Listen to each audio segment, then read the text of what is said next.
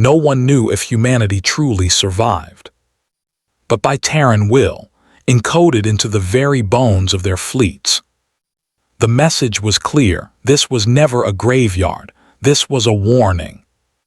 Ashes fear the fire. In the aftermath, the galaxy trembled. The great powers of the Council convened emergency sessions, voices cracking with fear. Armadas that once claimed dominion over 1,000 worlds suddenly felt fragile. Because if this endless storm of warships, was what humanity left behind when they were thought extinct, then what would they unleash if they were ever truly alive again? The Vaith admirals put it best. We mistook their silence for death, but silence is not death. Silence is waiting, and now the humans wait no more. From dust to fire, the Forgotten had returned. And the galaxy understood one final, terrifying truth. Humans don't just vanish. They endure. And when the day comes, their fleets rise again, ready to burn the stars. They spoke of humanity as if it were a footnote in the long chronicle of the galaxy. The archivists of Thriel, keepers of 10,000 years of interstellar memory, had no record of human activity past the breaking of Earth. Their vast databanks described the Terrans as reckless, defiant, quick to burn through their strength. They warred too often, spread too thinly, and when their homeworld fell silent, the galaxy quietly concluded the obvious. Humanity had destroyed itself.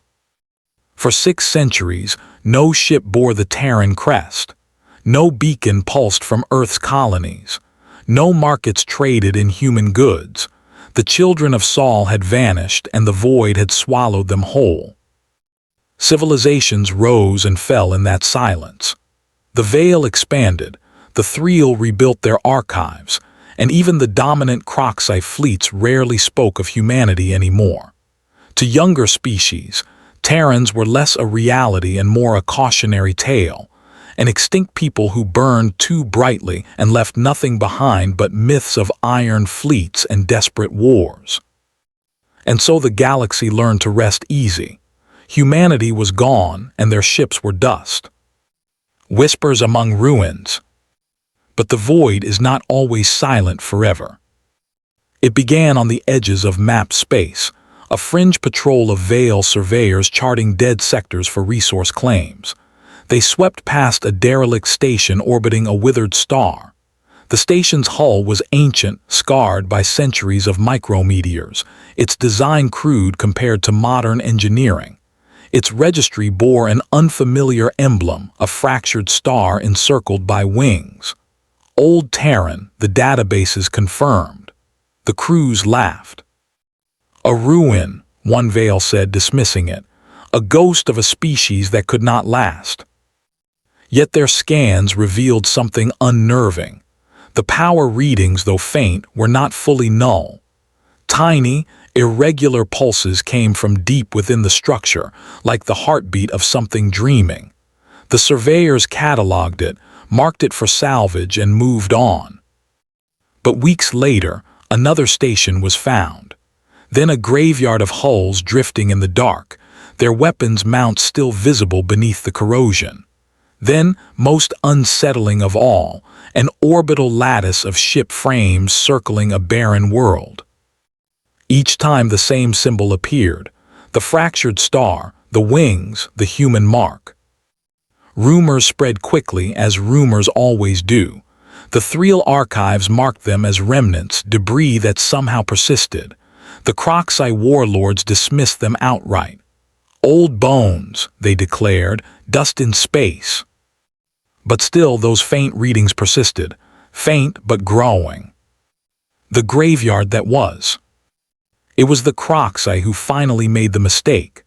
Hungry for salvage, they dispatched a fleet to one of the largest so-called Terran graveyards, a vast orbital ring around the dead star Arcturus.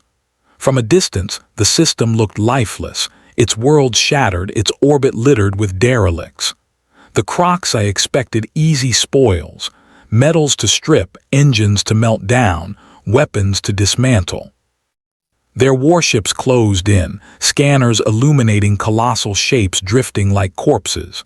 Some were carriers, their hulls vast enough to cradle cities. Others were lean destroyers, their lines predatory even in silence. A dozen dreadnoughts slept there, hulls pitted, paint stripped by centuries. "Dead," the Croxite captain muttered with satisfaction. And then one of the ships exhaled. Not literally, but it might as well have been. A vibration rolled across sensors, a deep pulse, mechanical and deliberate.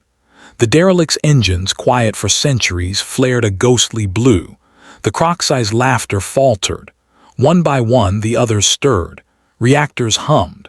Weapons' spines glowed faintly. Terran warships that should have been nothing but drifting tombs roared back to life. The graveyard was not a graveyard at all. It was a vault. Awakening of the forgotten. The galaxy had always prided itself on progress. Fleets grew faster, sleeker, more efficient. Weapons evolved with precision.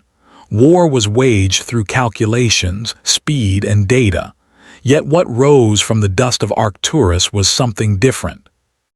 The Terran ships were old, yes, their designs relics of an earlier age, but their awakening was flawless.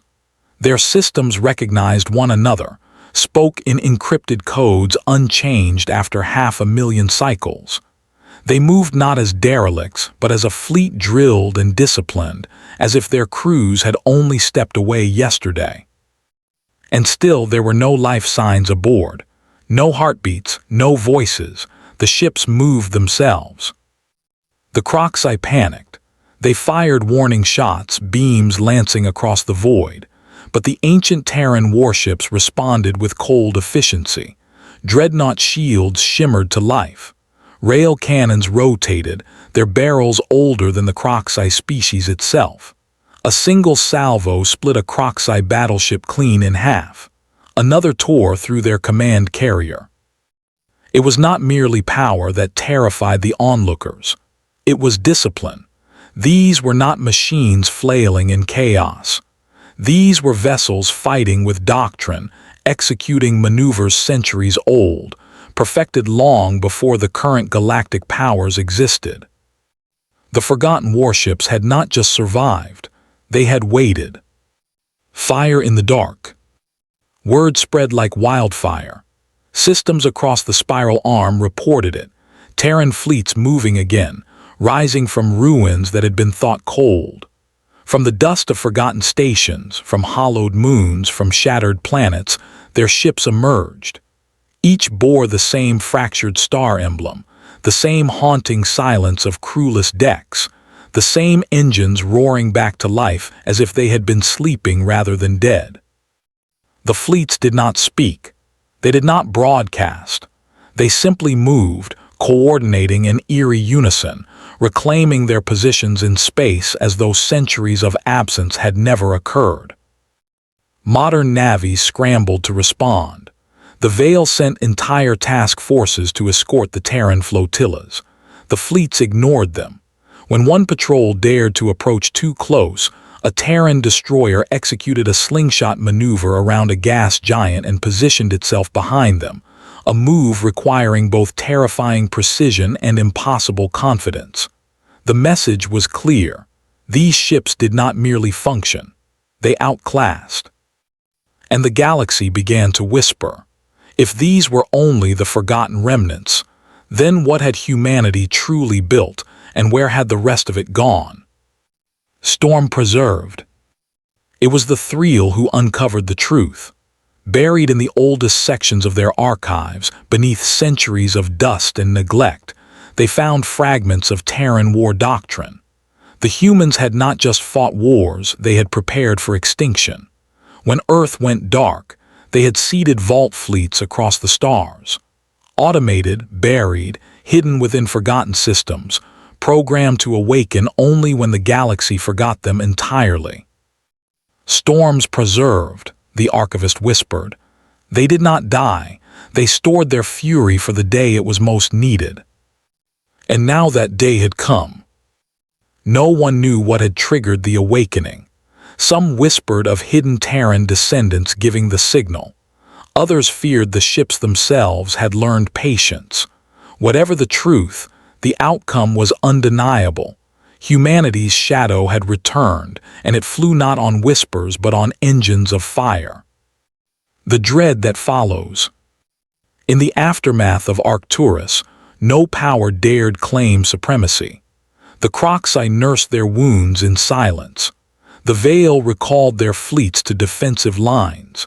Even the proudest empires hesitated to act, for the skies above too many forgotten worlds now shimmered with Terran hulls. The ships did not conquer, not yet. They simply moved as though awaiting further orders that none alive could hear. Their silence was worse than war. Across the galaxy, a chilling truth spread in whispers. Humanity does not fade. They do not vanish. When they fall, they bury storms deep in the dust, so that one day they may rise again. And so the empires of the stars learned fear anew.